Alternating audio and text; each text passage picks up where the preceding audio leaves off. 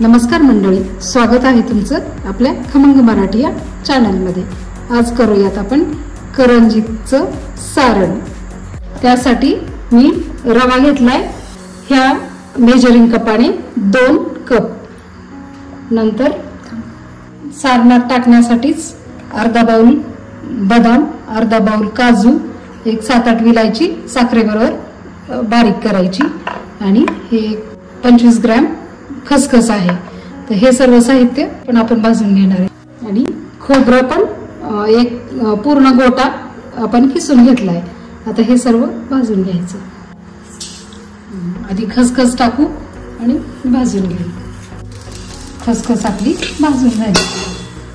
आता आपण काजू भाजून घेऊ। काजू पटकन भाजून होतात। आपण काजू आता थोडंसं भाजून निघाले, आपण ओतून घेऊ।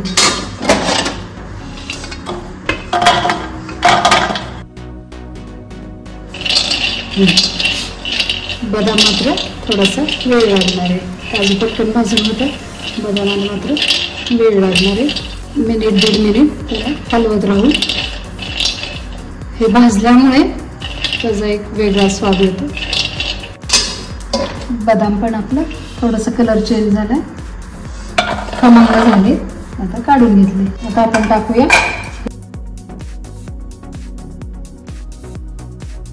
खोबरं पण मस्त थोडंसं कलर चेंज होईल, भाजून घ्यायचं। भाजून घेतलेल्या खोबऱ्याचा पण एक छान असा स्वाद आपल्या सारणामध्ये उतरतो। खोबऱ्याचा एवढा कलर आपण चेंज केलाय। आता त्याला मस्त खमंगपणा उतरलाय, आपण काढून घेऊ।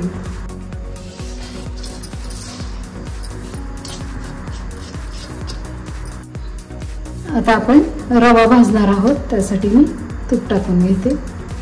साजूक तुपातलं आपलं करंजीचं सारण तयार होणार आहे। आता हा संपूर्ण 2 कप रवा आपण कढईमध्ये टाकून घेतलाय। आता त्याला मस्त 20-1 मिनिट हलवत राहू आणि खमंग भाजून घेऊ।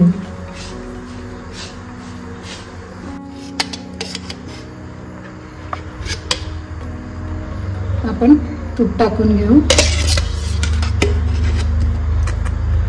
आपला रवा पण मस्त लालसर छान खमंग असा भाजत आलाय आणि मला एवढा रवा भाजण्यासाठी या मेजरिंग कपाने 1/4 कप मी तूप वापरलंय, साजूक तूप। तेवढं प्रमाण पुरेसं आहे। आता आपला रवा पण छान भाजलाय। आपण गॅस बंद करू आणि रवा काढून घेऊ। आता या कटर मध्ये आपण बदाम टाकून घेतले, ते आता बारीक करून घेऊ। मस्त आपल्याला पाहिजे तसे त्याचे काप छान होतात। अशाच प्रकारे काजू आणि बदाम आपण दोन्ही पण बारीक करून घेणार आहोत, म्हणजे आपल्या सारणासाठी ते तयार होईल। मस्त आपले काजू आपण या कटर मधून काढून घेतो। छान असे पातळ काप होतात ते। अशाच प्रकारे आपण सर्व करून घेणार आहोत। हे मी विलायची आपण घेतलेली सोलून घेतली होती, थोडीशी साखर घालून त्याच्यात बारीक पावडर करून घेतली। आता ह्यात टाकून घेऊ काजू बदामाच्या कापामध्ये। आता आपण हे खसखस आणि खोबरं हे आता मिक्सरला बारीक करून घेऊ।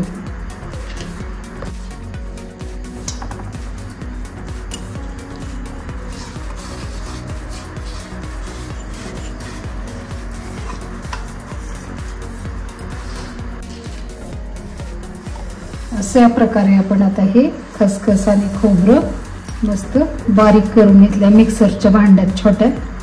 आता हे आपण सगळं एकजीव करून घेऊ। हे काजू, बदाम, खोबरं, खसखस आणि ही विलायची हे सर्व एकत्र करून घेतले आपण, कटरने काही मिक्सरने काही। आता आपण हे नंतर मिक्सरला खोबरं, खसखस आणि विलायची आणि साखर हे सेपरेट बारीक करून घेतलंय।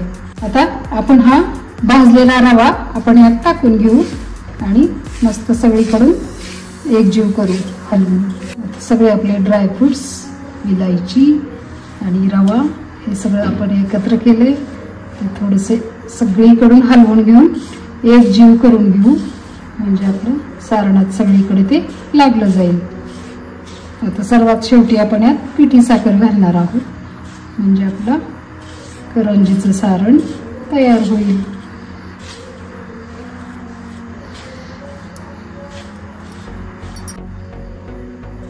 आपण ज्या मेजरिंग कपाने आपण रवा घेतला होता 2 कप, त्यासाठी मी 3 कप साखर घेतली आहे. कारण आपलं बाकीचं साहित्य ड्रायफ्रुट्स, खोबरं, खसखस, विलायची वगैरे सगळं जे आहे, आणि वरतून आपलं करंजाचं सारण वरचं आवरण असते ना, त्यामुळे आपल्याला साखरेचं थोडंसं प्रमाण जास्तीचं घ्यायचे. आणि तसं तर तुम्ही तुमच्या आवडीप्रमाणे घेऊ शकता, पण मी 2 कप रव्यासाठी 3 कप साखर घेतली, साखर पावडर. आता ही आपण टाकून घेऊ आणि मिक्स करून घेऊ.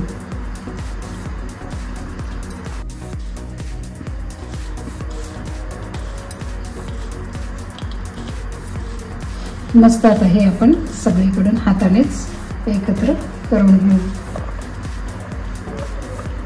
आणि साखरेच्या थोड्याशा गाठी असल्यासारख्या असतात, त्या मोडत मोडत आपण हे एकजीव करून घेऊ, म्हणजे आपलं मस्त गोड सारण तयार होईल.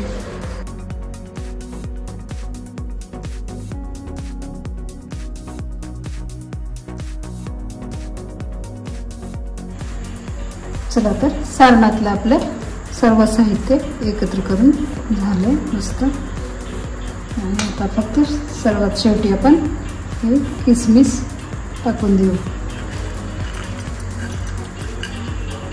हे सारण आपण आता जे केलेलं आहे ते आपण ह्याच्या 2 ते 3 वेळा आपण करंज्या करू शकतो. कारण आपल्याला दिपोळीपासून ते तुळशीच्या लग्नापर्यंत आपण करंज्या आपल्या 2-3 वेळा तरी करून होतात. असं एवढं सारण म्हणजे अगदी आपलं 2 किलोचं सारण आपलं हे संपूर्ण तयार झालंय. याच्या आपण 3 वेळा करंज्या मस्तपैकी करू शकतो. प्रत्येक वेळी 40-50 करंज्या आपली होऊ शकते. खमंग भाजून वगैरे घेतलेलं आहे, त्यामुळे हे एखाद महिना, अगदी 1.5 महिन्यापर्यंत सुद्धा आपण वरती स्टोअर करू शकतो. अशा प्रकारे आपलं हे सारण करंजीचं मस्त गोड आणि हेल्दी असं कॉम्बिनेशन झालेलं आहे. तुम्ही पण ट्राय करा, कमेंटमध्ये मला नक्की सांगा. भेटूया पुन्हा अशाच एखाद्या नवीन रेसिपीसह. तोपर्यंत मस्त राहा आणि चवीने खा. Thank you for your love and support. अशा प्रकारे आपण हे मस्त डब्यामध्ये स्टोअर करू शकतो.